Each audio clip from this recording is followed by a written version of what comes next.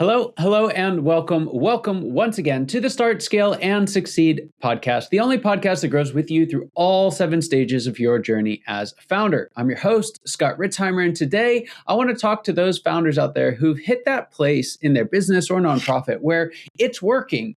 You might be having magazine articles written about you. You might be the envy of your peer group. But you've hit this place where, despite the fact that revenue is growing, maybe even profitability is getting better, for you, it seems like it's getting worse. You have a team around you. It seems like you've got everything that you've been asking for, but somehow it's just getting heavier and heavier and heavier. Every single one of those joys starts to feel like a burden, and you can't quite tell why. And here's what nobody tells you about this moment. The problem isn't fundamentally operational, though you may have lots of operational problems. You don't need a better org chart or some other tip or tactic or trick to make this all better. You don't need another strategic offsite.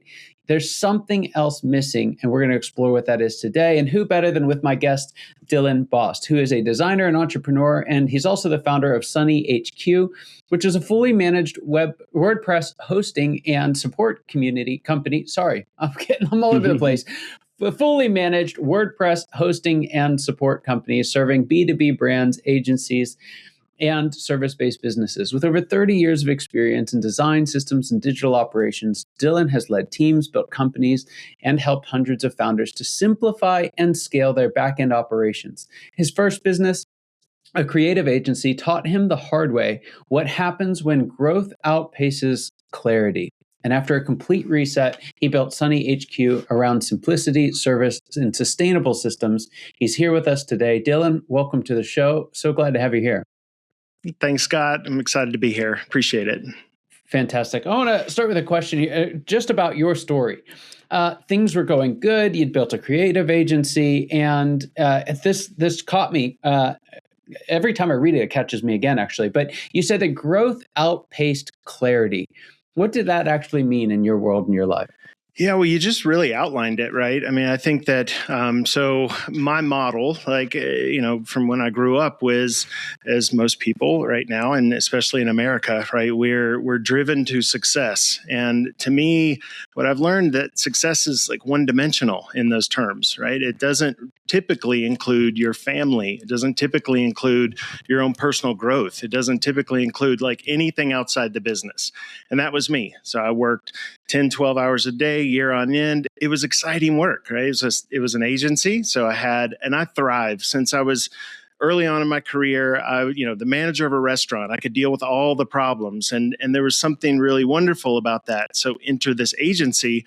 Anybody that's in that world knows is a constant level of challenge and issue. That's natural, right? You're running print items and commercials and video and web and brand and all these things.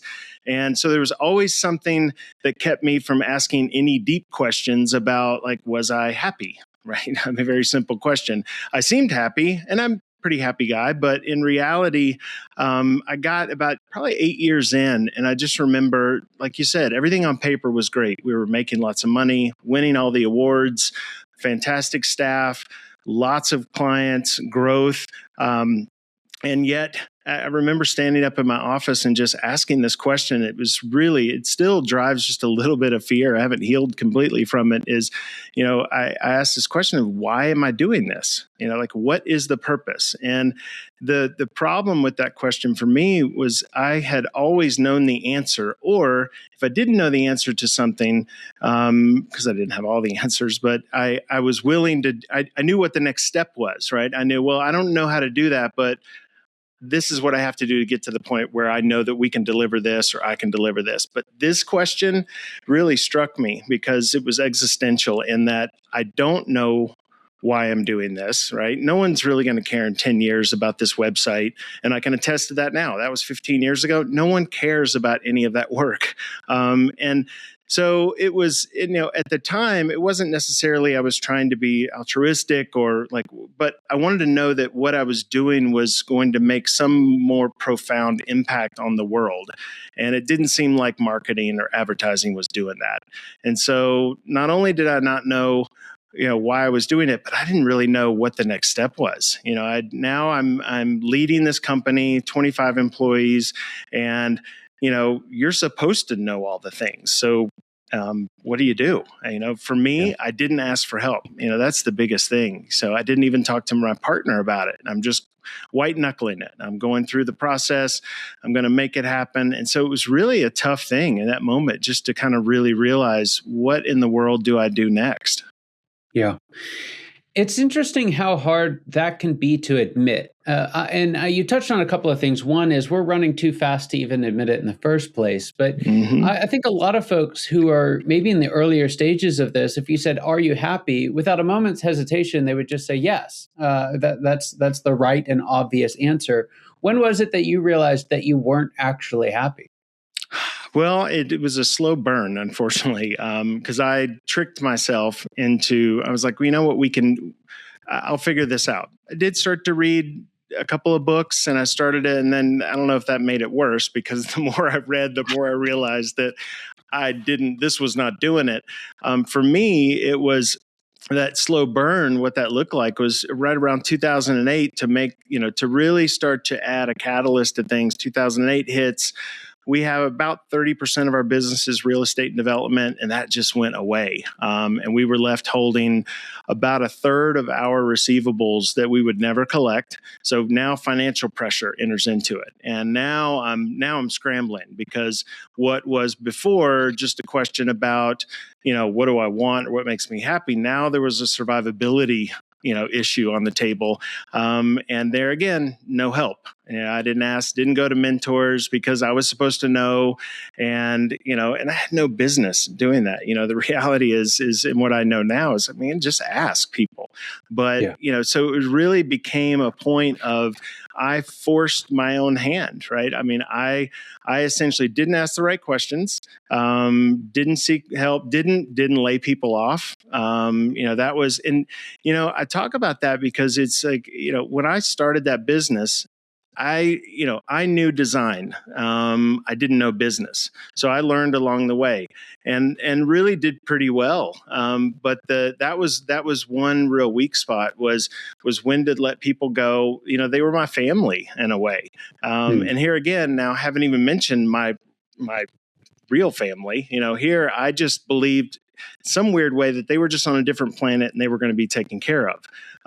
So that didn't enter into it. So now, unconsciously, or subconsciously, that's putting even more pressure on me. And so, at some point in there, honestly, I crashed the whole thing before I realized I needed to change. I just rode the slide, unfortunately, all the way down, and burned. And then I realized, okay, it took that.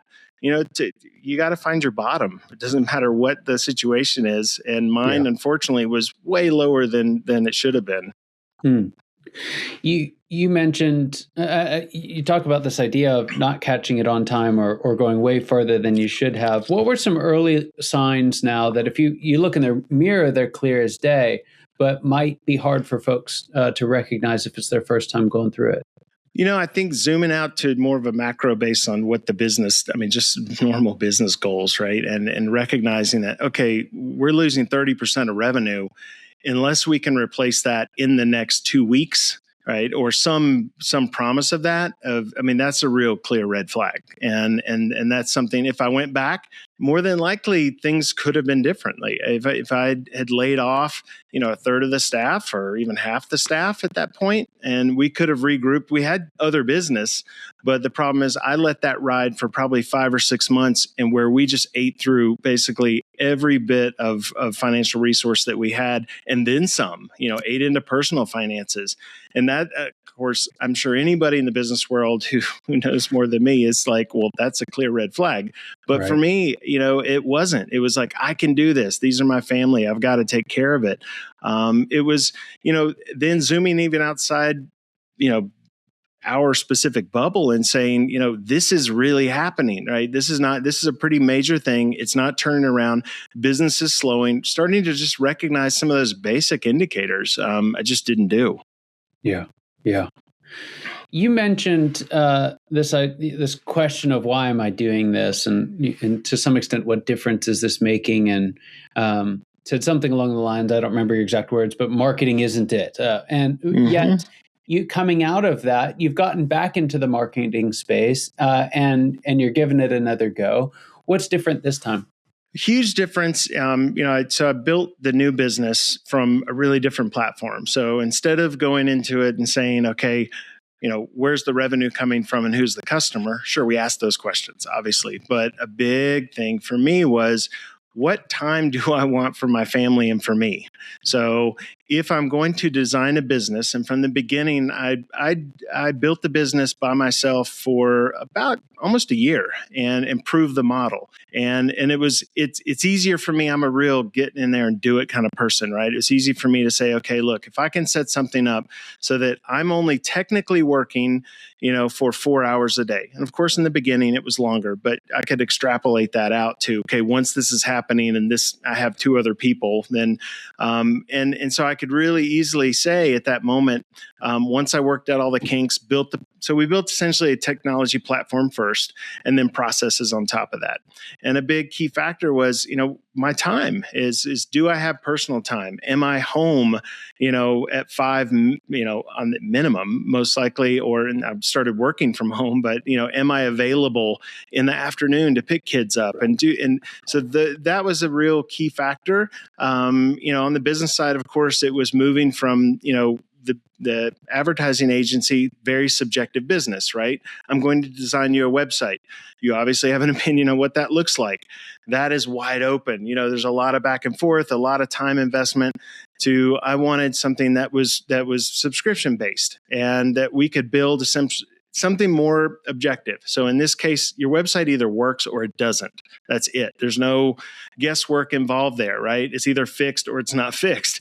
And so that became the model. So we really focused tightly on, we only do a very small amount of web development. It's really focused on just a high-end, really great performing technology stack. And then on top of that, just fantastic service. So that looks like, customer support, regular day to day, but we finish those every day. So success is like every day instead of success over 4 or 5 months. Right. And like I said, on or off, very easy to judge whether or not we've done our job. Right.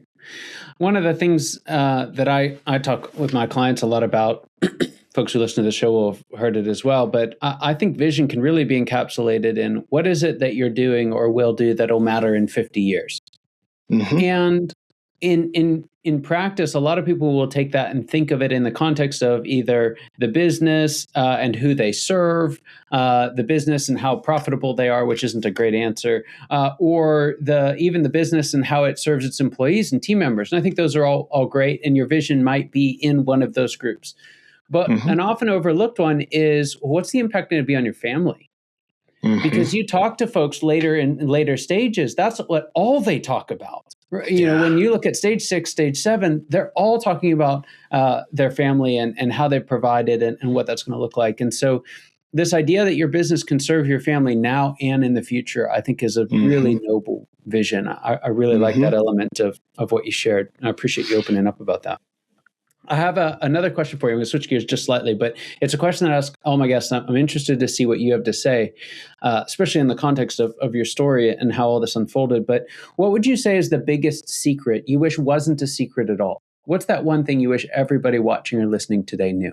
I don't know that it's that much of a secret. For me, you hear about this a lot, and I don't think people understand the profoundness of this. It's honestly, you talked a little bit about it in clarity, but it's in urgency as well, is taking more time, right?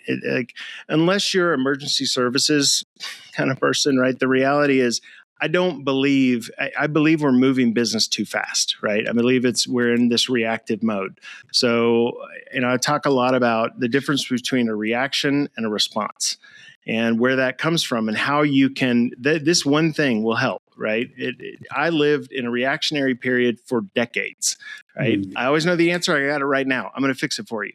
That leads to a complete nervous system deregulation, but it also leads to failure in a lot of cases, right? Because I don't believe when we react, right, we're using all of the intelligence and knowledge base that we have personally to answer that question or solve that problem. So Yeah. I work very diligently with our staff and the people that I work with to shift simply from a reactionary mode to a response mode.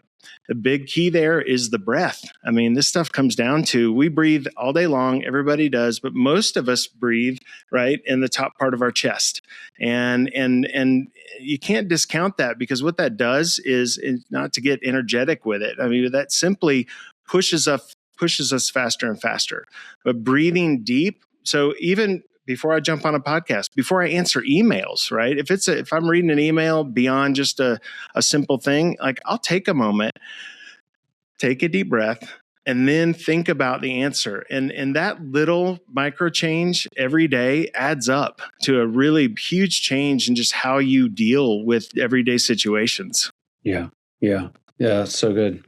It's so hard and so good. Yeah. Dylan, there's some folks listening who'd love to hear more of your story, or even love to know how Sunny HQ can help them with their website today. How can they reach out to you? How can they find more out about the work that you do? Yeah, with Sunny HQ, we've even got a free giveaway. So just go to sunnyhq.io/podcast. Just give us your email address. There's a great download. It's a simple PDF. It'll walk you through just some questions to ask yourself about your website.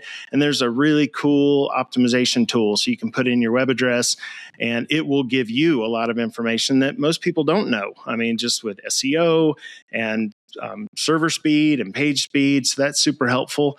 And then for me, just dylanbost.com. I've got a book coming out later this year, and there's a link there for the book, but just you can check out all the information there. Fantastic. We'll get those in the show notes for you. That's Bost with a T on the end, but we'll get them in the show notes so you can just tap or click right through.